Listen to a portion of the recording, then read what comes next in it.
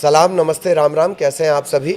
वैसे भी हम इतनी वॉर जोन की खबर आपको बताते हैं, पता नहीं आप क्या सोचते होंगे, लेकिन वहाँ के अपडेट भी जानना ज़रूरी है। प्रत्यक्ष या अप्रत्यक्ष ये हम सभी को प्रभावित करते हैं। तो आज की हमारी खबर भी इसी के इर्द गिर्द है। ताज़ा धमकियाँ, तनातनी का दौर। दुनिया जब अलग अलग मोर्चे पर युद्ध झेल रही है तब तनातनी से बचना चाहिए। पर जैसे कि मैं हमेशा कहता हूँ, चौधरी जी यानी अमेरिका, उनकी दिक्कत यह है कि उन्हें जबरन लोगों की भलाई करनी है। कोई ना चाहे तो भी वो भलाई करने पर आमादा हो जाते हैं। अब वो अल्टीमेटम देने पे आ गए हैं, धमकियां देने पर आ गए हैं। वार्निंग लगातार बढ़ती जा रही है। मतलब इसी से अंदाज़ा लगा लीजिए कि मैं ललित प्रजापति और मेरे साथ जो है वो आनंद प्रजापति जुड़े हुए हैं। आनंद हमारी डिजिटल टीम को लीड करते हैं और विदेश का, मैंने आपको पहले भी कहा है कि विदेश के मसले जितने नज़र आते हैं उससे कहीं ज़्यादा गहरे जाते हैं। इसी लिए हम आनंद के ज़रिए से समझने की कोशिश करेंगे इस बार की धमकी में ताज़ा क्या है। अलग अलग पॉइंट्स हमारे होंगे। नेतन्याहू से इसे शुरू करेंगे, इसके बाद ट्रंप की जो धमकी है, फिर ईरान और बाकी मुस्लिम कंट्रीज़ के बीच किस तरह से तनातनी है या किस तरह से तनातनी पैदा करने की कोशिश हो रही है। तो और भी दो एक पॉइंट रहेंगे। अब चलते हैं, सीधा आनंद के पास चलते हैं। आनंद, ताज़ा धमकी बिल्कुल दी गई है और जो एग्रेशन है ट्रंप का वो लगातार बढ़ रहा है। ऐसा लगता है कि उस एग्रेशन में, उस आग में नेतन्याहू जाके घी डालकर आए हैं, ऐसा लगता है। ऐसे ही समझें इसे। बिल्कुल। दरअसल क्या हुआ है कि बेंजामिन नेतन्याहू अभी पहुंचे हुए हैं अमेरिका दौरे पर, और अमेरिका दौरे पर वो जो गए हैं उनकी रूट भी चेंज हो गई है, बताना चाहूँगा। दरअसल वो जिस रूट से जाना चाह रहे थे उस रूट से वो नहीं गए हैं, उनका रूट चेंज हो गया है, क्योंकि उन पर भी अरेस्ट वारंट जारी किया गया है इंटरनेशनल क्रिमिनल कोर्ट की तरफ से।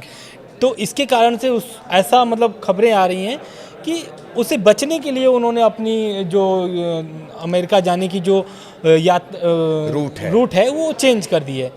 दरअसल ये तो बात होगी नेतन्याहू की अमेरिका दौरे की। अमेरिका दौरे जब वो पहुंचते हैं, ट्रंप से मुलाकात होती है उनकी, और ट्रंप से बातचीत के बाद जो ट्रंप का तेवर ईरान के प्रति होता है वो अब और तेज दिखता है। जो आपने बोला ना, आग में घी डालने वाली बात, तो वो सच हो गया है। दरअसल ट्रंप ने फिर से ईरान को धमकी दी है और उन्होंने बोला है कि शनिवार से इसकी वार्ता शुरू हो सकती है। ईरान से परमाणु जो समझौते की वार्ता चलने वाली है या डील के लिए, जो अमेरिका लगातार बोल रहा है कि ईरान से हमारी जो डील है वो होनी चाहिए, उसके लिए वार्ता करना चाहता है अमेरिका, और वो वार्ता शायद शनिवार से शुरू होने वाली है। तो इस वार्ते को लेकर के ट्रंप का बयान आया है। ट्रंप ने बोला है, ट्रंप पहले भी बहुत बार धमकी दे चुके हैं ईरान को और लगातार दे रहे हैं, और ईरान भी उस पर पलटवार कर रहा है। लेकिन ट्रंप ने जो इस बार बोला है वो बहुत खतरनाक तरीके से, मतलब एक तरीके से ऐसा बयान है जिससे डर जाएगा। उसमें दो बड़ी प्रमुख बातें जो मैंने देखी हैं उस एग्रेशन में, कि एक तो जो 60 दिन का अल्टीमेटम दिया गया है, और एक जो टर्म कोट किया जा रहा है इंस्टॉलेशन पर, बिल्कुल इलेक्ट्रॉनिक, मतलब जो इंस्टॉलेशन है उस पर स्ट्राइक। ये जो दो शब्द हैं ये आमतौर पे युद्ध की शब्दावली में ज्यादातर इस्तेमाल होते हैं। बिल्कुल। तो इस बार थोड़ा तनातनी, मतलब ऐसा लग रहा है कि तनातनी शब्दों से निकलकर ऑन द ग्राउंड और एक्शन मोड में आ गई, ऐसा समझे हम। बिल्कुल। देखिए, दरअसल क्या हुआ है कि ट्रंप का जो बयान था उसमें उन्होंने बोल दिया है कि अगर ईरान से जो वार्ता होने वाली है, वार्ता अगर सफल होती है तो ईरान के लिए वो उस दिन से बहुत बड़े बुरे दिन शुरू हो जाएंगे।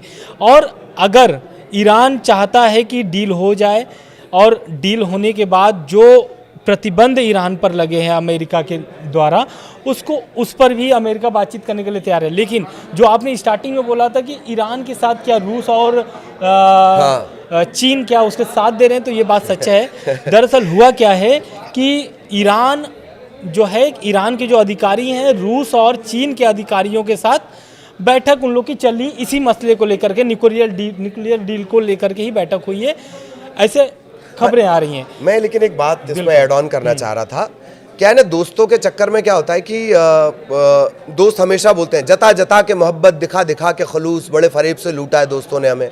दोस्त चीज़ ही ऐसी है, कहते हैं चल दोस्त तू आगे बढ़, हम तुझे देखेंगे। जब संकट आता है तो पीछे कोई नहीं नजर आता है। मैं समझना ये चाह रहा हूँ कि ठीक है, आप सपोर्ट कर रहे हैं Russia China, direct indirect support की बात आ रही है, पर जब हम युद्ध के मुहाने पे मान लीजिए कि पहुंच ही गए, तो जानकार तो कह रहे हैं कि वो साथ खड़े होने से गुरेज करेंगे। इससे कैसे देख रहे हैं आप?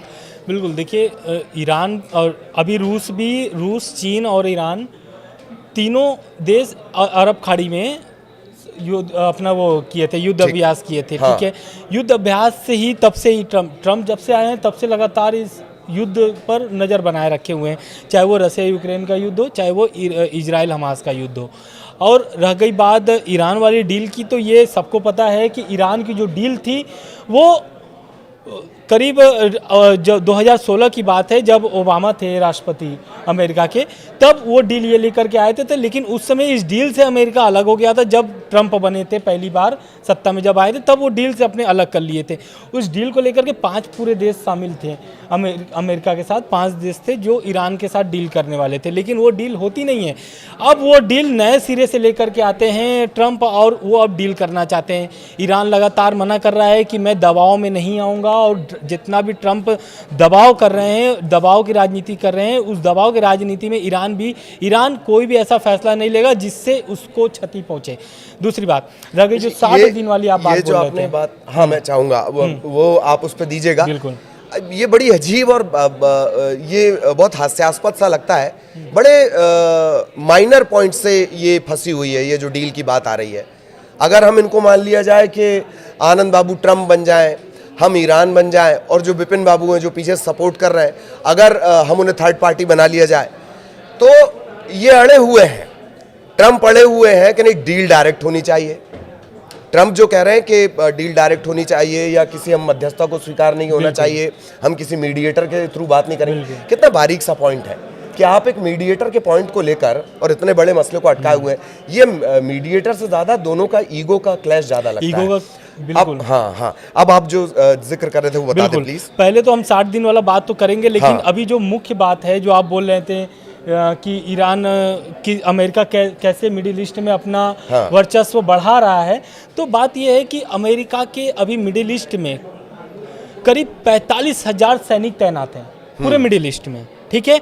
और अमेरिका का एयरबेस है कई मुस्लिम देशों में, और वो देशों का नाम जो है वो है कतर है, बहरीन है, और इराक है, यूएई है। तो इन सब देशों में क्या है कि जो एयरबेस है, इन जगहों पर अमेरिका के सैनिक तैनात हैं। करीब पूरे मिडिल ईस्ट में 45,000 सैनिक तैनात हैं। तो अब क्या है कि ईरान ने धमकी दी है अब मुस्लिम देशों को, ठीक है। और ये जो खबर आ रही है, ये मतलब एक तरीके से चौंकाने वाली खबर है, क्योंकि ईरान खुद मुस्लिम देश है, और वो मुस्लिम देशों को एक तरीके से धमकी दी है। और वो धमकी इसलिए है क्योंकि वो नहीं चाहता है कि मुस्लिम देशों के या मुस्लिम देश के धरती से ईरान पर हमला हो। दरअसल जो अमेरिका के एयरबेस है वो मुस्लिम देश में है, और वो है इराक, कुवैत, यूएई, कतर, तुर्की, बहरीन, ठीक है। अब ये इन देशों में इनका एयरबेस बना हुआ है, सैन्य ठिकाने एयरबेस बड़ा महत्वपूर्ण हो जाएगा। बिल्कुल। अब जब भी अमेरिका अगर हमला करता है ईरान पर, तो वो इन्हीं एयरबेस से, इन्हीं सैन्य ठिकानों से हमला करेगा। तो जाहिर सी बात है, जिस धरती से हमला होगा, ईरान ने साफ बोल दिया है कि अगर आप ज़मीन से लेकर के या फिर आप कोई भी सैन्य सहायता अगर अमेरिका को देते हैं अपने धरती से, तो उसका अंजाम आपको भुगतना पड़ेगा, इसका अंजाम बुरा होगा। दूसरी बात, जो 60 दिन वाली बात हम बता रहे थे, नेतन्याहू के मुलाकात के बाद ट्रंप ने अल्टीमेटम ईरान को दे दिया है, और ईरान को बोला है कि 60 दिन की ईरान को टाइम दिया जा रहा है, और अगर ईरान डील के लिए नहीं तैयार होता है इन 60 दिनों में, तो उनका जो ईरान की जो प्रतिबंधें लगी हुए हैं, ऑलरेडी बहुत सारे प्रतिबंध लगे हुए हैं। ईरान तेल नहीं बेच पा रहा है, ईरान न्यूक्लियर परमाणु बम जो बनाने की बात कर रहा है। हालांकि ऐसी बहुत सारी खबरें आ रही हैं, बहुत सारे ऐसे दावे भी हैं कि ईरान ने परमाणु बम बना लिया है। ईरान ने IRGC का तो ऐसा वो एक बयान था कि वो करीब 6 परमाणु बम बना सकता है, ऐसे भी दावे हैं। लेकिन ईरान इससे हमेशा से मतलब कि एक तरीके से नकारता गया है कि भाई मेरे यहाँ से मैं कोई भी सार्वजनिक मंच पर वो जाहिर तौर पर नकारेगा ही, बिल्कुल नहीं बना रहे हैं। लेकिन ये जो ईरान अमेरिका का जो 60 दिन का अल्टीमेटम है ना, उस अल्टीमेटम के बाद से ईरान का जो एक तरीके से तेवर था वो अब कम दिखता नज़र आ रहा है। दरअसल जो ईरान के सहयोगी जो घटक हैं, दल हैं, जो एक तरीके से उसको आतंकी संगठन, जिनको हम आतंकी मानते हैं पर ईरान जिनको दोस्त मानता है, अमेरिका मानता है कि कथित रूप से वो आतंकी संगठन है, वो है हमास, हिजबुल्लाह और हुती विद्रोहियों। दरअसल अब ये तीनों को क्या हुआ है कि इजराइल हमला लगातार जारी कर दिया है, सीज फायर उल्लंघन करते हुए लगातार हमला कर रहा है, सीज़फायर का उल्लंघन कर दिया और लगातार उल्लंघन हो रहा है।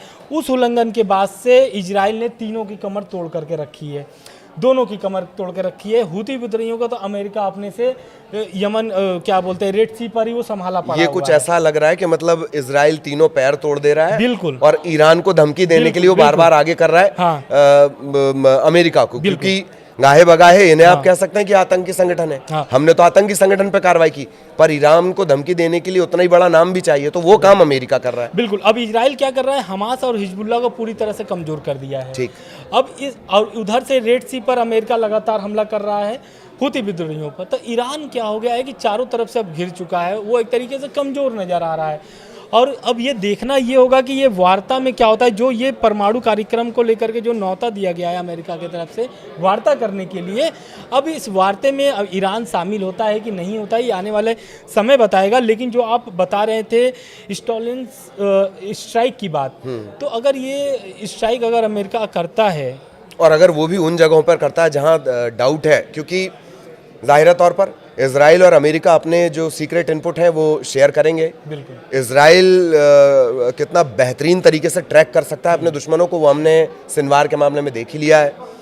तो ये भी तय है कि इजराइल के पास ये जानकारी है कि फला फला जगह पर परमाणु हथियार से जुड़े काम चल रहे हैं। बिल्कुल, हाँ। अगर अमेरिका उसमें स्ट्राइक का मन बनाता है तब तो तबाही ही तबाही है, और पूरी दुनिया के लिए तबाही है। बिल्कुल। लेकिन अब क्या है कि तबाही तो है, लेकिन ईरान के साथ कहीं ना कहीं ये जो दो देशों की हम लोग ने बात किया था, रूस और चीन की, वो लोग हमेशा खड़ा रहेंगे साथ में। भले ही बहुत सारे जानकारों का कहना है कि अमेरिका, चीन और रूस ऐसे तो सपोर्ट कर रहे हैं, लेकिन उस समय क्या पता सपोर्ट ना करें, क्योंकि उनकी भी अपनी अर्थव्यवस्था है, उनके भी बहुत सारे प्रतिबंध अमेरिका पहले से लगा चुका है। रूस यूक्रेन का युद्ध चल रहा है, रूस पर भी बहुत सारे प्रतिबंध लग चुके हुए हैं। उनको भी तेल बेचने के लिए अंतर्राष्ट्रीय लेवल पर जो तेल बेचे जाते हैं उस रूस नहीं बेच पा रहा है। तो इस तरीके के जो बहुत सारे जो लेकिन क्या ये आपने बड़ा अच्छा पॉइंट याद दिलाया, लेकिन क्या रशिया और चाइना इस वजह से नाराज नहीं होंगे कि एक तो रशिया पे प्रतिबंध लगे हुए हैं और ताज़ा दुश्मनी जो ट्रंप मोल ले रहे हैं ट्रेड फेयर के नाम पर, किससे? चाइना से। बिल्कुल। तो इनको नाराज करने के लिए तो इतना काफी है। बिल्कुल। नाराज तो देखिए दोनों हैं, रूस भी है और चीन भी है। हालांकि कभी दोस्ती नहीं हुई है इन लोगों की, लेकिन अब जिस तरीके से संपर्क साध रहे थे ट्रंप पुतिन से चीन को कमजोर करने के लिए, लेकिन पुतिन क्या है कि पुतिन भी रूस के हैं और वो भी वीटो पावर में है। हाँ। ठीक है, तो वो भी अपनी शक्ति को पहचानते हैं कि मेरी शक्ति कितनी है। ट्रंप बहुत बार प्रयास किए कि पुतिन को साध करके रूस यूक्रेन का सीज़फायर कर दिया जाए युद्ध को, और वॉर जो है वो ख़त्म कर दिया जाए, लेकिन ऐसा होता नहीं है। ट्रंप लगातार बात करने के भी प्रयास करते हैं पुतिन से। पुतिन एक बार तो ऐसा हुआ कि पुतिन से बात करने के लिए फ़ोन पर बातचीत थी पुतिन की, पहले से शेड्यूल था कि ट्रंप और पुतिन से बातचीत है। पुतिन 1 घंटे वेट कराने के बाद ट्रंप से बात किए थे। ट्रंप का उस पर कुछ दिन बाद बयान आता है और वो बोलते हैं कि मैं पुतिन से नाराज़ हूँ। पुतिन बात मानने के लिए तैयार नहीं है।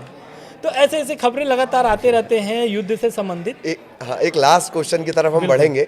आप जब भी ट्रंप के जिक्र करते हैं तो मुझे ऐसा लगता है, होता है कभी कभी कोई आदमी सुबह सोकर उठता है, हाँ। फिर वो एक गेम खेलता है, अक्कड़ बक्कड़ बम्बे वो 80-90 पूरे 100, आज मैं क्या डिसाइड करूं। बहुत अजीब सी बातें हैं, मतलब मैं मीम्स की बातें कर रहा हूँ सोशल मीडिया पर जो चल रहा है।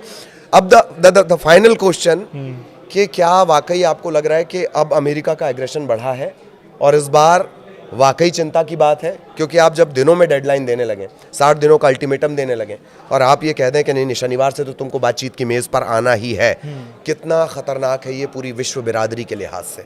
बिल्कुल। देखिए, अगर ईरान पे हमला होता है ना अमेरिका की तरफ से, तो जाहिर सी बात है मुस्लिम देश कहीं ना कहीं ईरान को ही सपोर्ट करेंगे। अब उसमें कुछ मुस्लिम देशों को अगर हम निकाल दें, क्योंकि सऊदी अरब, UAE, ये लोग व्यापार के नज़रिए से जाने भी जाते हैं और वो लोग व्यापार करने के लिए ज़्यादा इच्छुक होते हैं। युद्ध वो लोग नहीं मानते हैं, जाहिर तौर और वो हमेशा बोलते हैं कि युद्ध से समाधान नहीं निकलता है, बैठ के बातचीत से समाधान निकलता है। रह गई बात ईरान और अमेरिका की, तो ये तो उनकी दुश्मनी जो है कि 79 से चली आ रही है, जब से ईरान क्रांति हुई है। ईरान क्रांति होती है, पहलवी जो होते हैं वो छोड़ करके चले जाते हैं, और तो कहते हैं तख्ता पलट भी CIA ने करवाया था। बिल्कुल, हाँ, CIA और ब्रिटेन, ये दोनों ने मिल करके, ऐसा खबरें हैं कि ये दोनों मिल करके तख्ता पलट करवाए थे। जो पहले शासक थे ईरान के, वो चाहते थे कि तेल की राष्ट्रीयकरण हो जाए। तो उसलिए ब्रिटेन और CIA मिलकर के सत्ता पलट कर लाते हैं पहलवी को। पहलवी क्या करते हैं, पहलवी एक तरीके से अमेरिका के छत्र छाया में जी रहे थे, अमेरिका जैसा बोलता था वैसा करते थे। ये बात खुमैनी जानते थे। खुमैनी को जब ये बात लगी कि यार ये तो देश को बेच देगा, ईरान को तो पूरा बेच देगा ऐसे, तो तब फिर क्या करते हैं, खुमैनी एक क्रांति शुरू करते हैं ईरान में, और फिर पहलवी को छोड़ करके देश भागना पड़ता है। और खुमैनी आज के समय में ईरान के सबसे बड़े नेता माने जाते हैं। मतलब अगर आयतुल्लाह अली खमनेई की बात ना करें तो हम अभी के समय में तो आयतुल्लाह अली खमनेई को ही एक तरीके से वो ईरान के सुप्रीम लीडर है। तो पर ये खुमैनी से खामेनेई तक का पूरा सिलसिला है जो 2018 तक आता है। JCPO है इसमें 2015 में, 2013 में शुरुआत, 2015 में JCPO के जो गठन हुआ था, और 2018 में ट्रम्प खुद इससे बाहर निकल जाते हैं। और एक बात और भी है, जब ट्रम्प आ रहा है रिश्तों में तनातनी तब ज्यादा है, बिल्कुल रिश्तों में तनातनी भी ज्यादा है। ओबामा के टाइम पे उसको ढील भी दी गई थी मेरा ख्याल। उनकी तो दोस्ती और मतलब एक तरीके से जो उनके संबंध खराब थे वो सुधर रहे थे धीरे धीरे, और ओबामा भी चाहते थे कि ईरान से मेरी जो संबंध है वो सही हो जाए, सुधर जाए, क्योंकि कोई भी देश किसी भी देश से दुश्मनी नहीं चाहता है। तो कुल मिलाकर के ईरान और अमेरिका की जो युद्ध है, अगर ईरान 60 दिन का अल्टीमेटम के अंदर में, जो अल्टीमेटम मिला है उसके अंदर में अगर ईरान बातचीत के लिए तैयार हो जाता है, वार्ता के लिए तैयार हो जाता है, तो इसकी रूपरेखा कुछ और होगी। अगर नहीं तैयार होता है तो जैसा ट्रम्प बोल रहे हैं वैसा कर भी सकते हैं, क्योंकि ट्रम्प ऑलरेडी अभी हमला कर रहे हैं हूती विद्रोहियों पर, जो ईरान का एक तरीके से कथित रूप से सहयोगी है। तो ईरान, यमन जो है लगभग 30% यमन पर कब्जा है हूती विद्रोहियों का, और ये ट्रम्प को बहुत खटकता है, क्योंकि जो रेड सी है वहाँ से जो व्यापार होते हैं करीब दुनिया का 14% व्यापार होते हैं। तो इस व्यापार, ट्रम्प है व्यापारी आदमी और वो हर चीज़ व्यापार से जोड़ करके देखते हैं। जैसा आपने बोला ट्रेड वॉर क्यों हो रहा है, क्योंकि अमेरिका को वो बढ़ावा देने के लिए लगातार वो इस तरीके का एक तरीके से टैरिफ लगा रहे हैं सभी देशों पर, और अपने देश को मजबूत करने के लिए। तो कहीं ना कहीं ये देश को तो नुकसान, जिस पे टैरिफ लगा रहे हैं उनका तो भारी नुकसान हो रहा है। सेंसेक्स पूरा गिरे पड़े हुए हैं सब जगह, बिल्कुल। तो जो बात आपने कही है, कहीं ना कहीं से धंधा आ ही जाता है। मैंने अभी 2 दिन पहले जो आपको वीडियो दिया था उसमें मैंने इस बात का जिक्र किया, एक संपादकीय एडिटोरियल का मैंने जिक्र किया है। सुनील सर ने, सुनील कुमार जी, डेली छत्तीसगढ़, उन्होंने ये लिखा है। उनमें एक लाइन उन्होंने बड़ी दिलचस्प दी है कि ट्रम्प एक चुने हुए राष्ट्राध्यक्ष से ज़्यादा एक कारोबारी की तरह बातें करते हैं, और जब कारोबार की बात आएगी तब तो इसी तरह से तनाव बनेगा। तो अब मेरा ख्याल है सबकी निगाहें शनिवार पर होंगी कि क्या जो डील की शुरुआत कोई हो पा रही है, बातचीत हो पा रही है, नहीं हो पा रही है, उस पर अब सबकी निगाहें टिकी हुई हैं। इसी तरह से अपडेट हम आप तक पहुंचाते रहेंगे, और अभी के लिए आप मुझे यानी ललित प्रजापति और आनंद प्रजापति को इजाज़त दीजिए। हम फिर हाजिर होंगे जो भी अपडेट इसमें रहता है उसके साथ। नमस्कार।